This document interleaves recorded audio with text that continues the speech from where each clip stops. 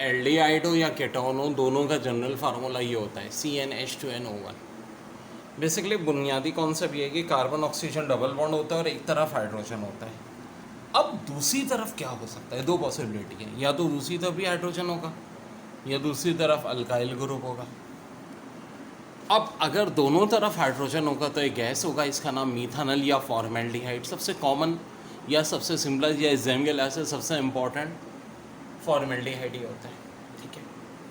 और अगर दूसरी तरफ आर है तो मैं इसको कहता हूँ एल्डिहाइड अदर देन फॉर्मेल्डिहाइड। अब ये जो पहला वाला फॉर्मेल्डिहाइड है, यानी एक कार्बन वाला ये गैस है, 2 से 10 कार्बन वाले लिक्विड, देखें सारे बड़े अहम पॉइंट हैं एग्जाम में आते हैं। 11 से अबव वाले सॉलिड और C1 से C4 वाले सॉल्युबल इन वाटर होते हैं। लोअर मेंबर की अनप्लेजेंट स्मेल होती है, हायर मेंबर की फ्रूटी स्मेल होती है, ठीक है जी। इनमें जो पहला कंपाउंड है मीथानल, उसकी पंजन स्मेल होती है, बॉइलिंग पॉइंट इसका होता है -21 डिग्री सेंटीग्रेड और शदीद इरिटेशन प्रोड्यूस करता है स्किन को, आइस को और थ्रोट को। So this is very very important. देखिए इसके बाद बड़ी अहम बात एल्डिहाइड। एल्डिहाइड कितने टाइप के होते हैं? 2 टाइप के। एक होता है फॉर्मेल्डिहाइड, दूसरा कहलाता है एल्डिहाइड अदर देन फॉर्मेल्डिहाइड। आखिरकार फॉर्मेल्डिहाइड को हम क्यों अलग करते हैं? क्योंकि इसके दोनों तरफ कार्बन के H है और ये वाहिद है जो गैस है। -21 इसका बॉइलिंग पॉइंट है। और एल्डिहाइड अदर देन फॉर्मेल्डिहाइड का मतलब है एक तरफ H एक तरफ R यानी अल्काइल। अब मेरे भाई इसकी प्रिपरेशन कैसे होती है ऑलरेडी हम डिस्कस कर चुके हैं कि प्राइमरी अल्कोहल ऑक्सीडेशन से बनता है एल्डिहाइड। तो यहाँ से गौर से देखो फार्मूले में कितने हाइड्रोजन है? 3 और 1 4 हाइड्रोजन। जब ऑक्सीडेशन कराएंगे तो 4 में से हमेशा रखो कितने हाइड्रोजन कम हो जाएंगे? 2। ऑक्सीडेशन के नतीजे में 2 हाइड्रोजन कम हो जाते हैं और दिख भी रहे जनाब, बिल्कुल बड़ा आसान तरीके से आप इस तरह से ध्यान में रख सकते हैं। नीचे देखें कि अगर हम फॉर्मेल्डिहाइड की रिडक्शन कराते हैं यानी 2 हाइड्रोजन एडअप कर लें, खुद सोचो यार, जब मीथानॉल में से 2 हाइड्रोजन निकाले थे तो मीथानल, फॉर्मेल्डिहाइड का IUPAC नेम क्या होता है? मीथानल। तो मीथानल यानी फॉर्मेल्डिहाइड में जब 2 हाइड्रोजन प्लस करोगे तो दोबारा क्या बन जाएगा? मीथानॉल या मिथाइल अल्कोहल भी कहते हैं इसको। और अगर फॉर्मेल्डिहाइड की रिडक्शन की जगह ऑक्सीडेशन करोगे, हाँ जी, तो ये भी मैंने शुरू में अपनी मैजिकल ट्रिक में बताया था कि फॉर्मेल्डिहाइड और केटोन की जब हम ऑक्सीडेशन करते हैं तो कार्बोक्सिलिक एसिड बनता है। तो ये देखें बन गया कार्बोक्सिलिक एसिड, फॉर्मिक एसिड। कौन सा कार्बोक्सिलिक एसिड है? फॉर्मिक एसिड, यानी सबसे पहला। तो देखो एक तो हो गई ऑक्सीडेशन, एक हो गई रिडक्शन। अगर ऑक्सीडेशन और रिडक्शन दोनों साथ करें यानी सारे काम हम कर रहे हैं, कैसे काम कर रहे हैं? सारे काम कर रहे हैं, तो सारे कुछ ऐसा बन गया सारो, यानी कैनी सारो। कैनी सारो में हम क्या करते हैं? ऑक्सीडेशन भी करते हैं और रिडक्शन भी करते हैं। यार 2 चीज़ें कर रहे हैं तो 2 फॉर्मेल्डिहाइड चाहिए होंगे, भाई समझ में आ गई बात। अच्छा यार, जब फॉर्मेल्डिहाइड की रिडक्शन की थी तो मीथानॉल बना था, यहाँ भी बनेगा, ओके। और जब ऑक्सीडेशन की थी तो HCOOH बना देगा मेरे भाई। मगर मसला चेंज है, थोड़ा सा चेंज क्यों है? क्योंकि अब हमारे पास सोडियम है, ये सोडियम भी तो कहीं आना है, तो HCOOH की जगह HCOONA बन जाएगा, यानी सोडियम एडजस्ट हो जाएगा। तो बहुत आसान है, तो इस तरकीबें मेरी ध्यान में रखो, कोई मुश्किल नहीं होगी क्या?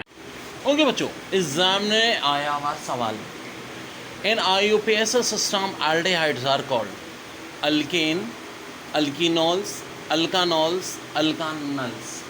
इसका करेक्ट आंसर है अल्कानल्स, अल्कानल्स, क्योंकि अल के नाम पर प्रीफिक्स एंड होता है। ओके प्यारे बच्चों, बड़ी अहम बात, मैंने जब फॉर्मेल्डिहाइड की रिडक्शन की तो बन गया मीथानॉल। आखिरकार फॉर्मेल्डिहाइड की ऑक्सीडेशन पे क्या बनेगा? तो ये बनेगा मीथानोइक एसिड, जिसका कॉमन नेम फॉर्मिक एसिड। ये तो फॉर्मेल्डिहाइड का केस है। जिस तरह हर एल्डिहाइड की रिडक्शन पे प्राइमरी अल्कोहल बनता है, वैसे ही हर एल्डिहाइड की ऑक्सीडेशन पे क्या बनता है? Carboxylic acid. यहाँ हमने मीथानल यानी फॉर्मेल्डिहाइड लिया था तो मीथानोइक एसिड बना। अगर हम यहाँ इथानल लेंगे यानी 2 कार्बन वाला एल्डिहाइड, तो यहाँ क्या बन जाएगा? एसिडिक एसिड या इथानोइक एसिड, यानी 2 कार्बन वाला कार्बोक्सिलिक एसिड। तो बड़ा काम का रिएक्शन है कि जब भी ऑक्सीडेशन कराएंगे K2Cr2O7 और कंसनट्रेटेड H2SO4 की मौजूदगी में किसकी, एल्डिहाइड की, तो क्या बनेगा, कार्बोक्सिलेज। अब बड़ी अहम बात, एक तो हो गई इसकी रिडक्शन, एक हो गई ऑक्सीडेशन।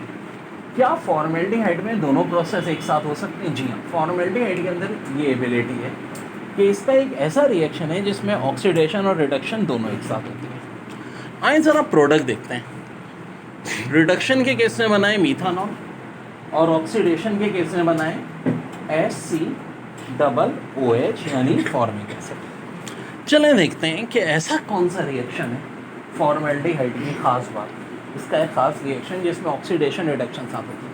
ये सवाल बहुत आता है, ठीक है जी, कि कौन सा रिएक्शन है जिसमें ऑक्सीडेशन रिडक्शन साथ होती है। तो देखो, जब हम इसको किसके साथ रिएक्ट कराते हैं, सोडियम हाइड्रोक्साइड के साथ, तो क्या बनता है, मीथानॉल। अच्छा जी, मीथानॉल तो वहाँ भी बना था, बिल्कुल बना। और मैं फॉर्मेल्डिहाइड के दो मॉलिक्यूल ले रहा हूँ, दो इसलिए ले रहा हूँ भाई क्योंकि दोनों काम करा रहे हैं ना, ऑक्सीडेशन भी रिडक्शन भी। और बना था HCOOH। लेकिन बच्चों अब जाहिर है बिल्कुल एक्यूरेट HCOOH तो नहीं बनेगा क्योंकि अब हम किससे रिएक्ट करा रहे हैं, सोडियम से। तो HCOO तो अभी भी आया, बस H की जगह क्या आ जाएगा, Na, सोडियम फॉर्मेट। और इस रिएक्शन को कहते क्या है, कैनिसा। पेपर में सेकेंड ईयर में भी बहुत आता है सवाल कि वो रिएक्शन जिसमें ऑक्सीडेशन रिडक्शन एक साथ होती है, उस रिएक्शन को क्या कहते हैं, कैनिसारो। देखो अब इसको ऐसे रख सकते हो ना, सारो यानी सारे, सारी बातें, सारी यानी कि ऑक्सीडेशन भी और रिडक्शन। ऐसे मैं ध्यान में याद रखाता हूँ, कैनी सारो, सारे यानी सारे काम, ठीक है। और Na, सोडियम का जिक्र भी आ रहा है, उल्टा आ रहा है यहाँ पे, पहले Na फिर ये, ठीक है। तो जनाब सोडियम के साथ हो रहा है कैनी सारो। पूछो, बहुत बहुत है। Ammoniacal silver nitrate solution is known as Nessler reagent, Grignard reagent या टॉलन रिएजेंट। तो करेक्ट आंसर है टॉलन रिएजेंट। अब इस टॉलन रिएजेंट का फार्मूला आखिर क्या होता है, बहुत आ चुका है पेपर में, AgNH32OH। इसका यूपीएससी नेम क्या होता है टॉलन रिएजेंट का, ये भी आ चुका है, डायअमाइन सिल्वर 1 हाइड्रोक्साइड। ये भी पूछ सकते हैं कि डायअमाइन सिल्वर 1 हाइड्रोक्साइड का कॉमन नेम क्या है, तो टॉलन रिएजेंट। अब जब फॉर्मेल्डिहाइड को हम टॉलन रिएजेंट से मिलाते हैं तो देखो ये सिल्वर मिरर बना, अमोनियम एसीटेट बना, अमोनिया और मम्मा, ये होता है total reaction. Very very important बच्चों, very very important. MCQs, formaldehyde produce silver mirror when reacted with Nessler reagent, Tollens reagent, Grignard reagent. तो करेक्ट आंसर है टॉलन रिएजेंट। देखो भाई इस तरह से ये होता है टॉलन रिएजेंट। इसके साथ मिलते हैं जो बैठा हुआ सिल्वर का निशान है एरो, एक इसको जाहिर कर रहा है सिल्वर मिरर को, ठीक है जी।